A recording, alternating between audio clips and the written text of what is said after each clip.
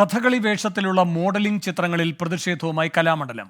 സാമൂഹിക മാധ്യമങ്ങളിൽ പ്രചരിച്ച ചിത്രങ്ങൾക്കെതിരെ കഥകളി ആസ്വാദകരും സ്വദേശത്തും വിദേശത്തുമുള്ള കഥകളി കലാകാരന്മാരും രംഗത്തെത്തി. കുറ്റക്കാർക്കെതിരെ നടപടി വേണമെന്നും ആവശ്യം.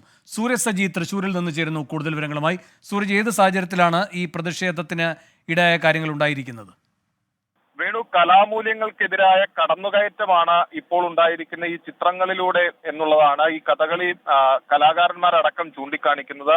ഈ ആധുനിക വസ്ത്രം അതോടൊപ്പം തന്നെ ഈ അർദ്ധനഗ്ന ശരീരം പ്രദർശിപ്പിച്ചുമെല്ലാമാണ് ഈ മോഡലിന്റേതെന്ന് കരുതുന്ന തരത്തിലുള്ള ഈ ചിത്രങ്ങൾ സാമൂഹ്യ മാധ്യമങ്ങളിലടക്കം ഇപ്പോൾ ഈ പ്രചരിപ്പിക്കപ്പെട്ടിരിക്കുന്നത്.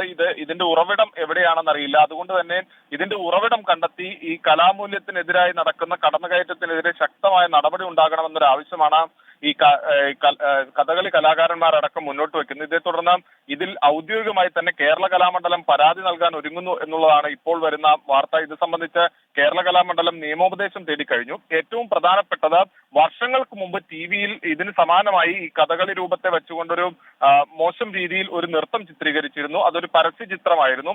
അതിനെതിരെ കലാമണ്ഡലം അന്ന് രംഗത്തെത്തുകയും ഈ പരസ്യം പിൻവലിക്കുകയും ചെയ്തു. അത്തരത്തിൽ ഈ കലാമൂല്യങ്ങൾക്ക് മേലുള്ള ഒരു കടന്നുകയറ്റമാണ് ഇപ്പോൾ ഈ ചിത്രങ്ങളിലൂടെ ഉണ്ടായിരിക്കുന്നത് എന്നുള്ളതാണ് ഈ കലാകാരന്മാരും കേരള കലാമണ്ഡലവും ഇത് സംബന്ധിച്ച് ചൂണ്ടിക്കാണിക്കുന്നത്. വേണം. ശരി, സൂരജ് സജിയാണ് തൃശൂരിൽ നിന്ന് വിവരങ്ങൾ നൽകിയത്.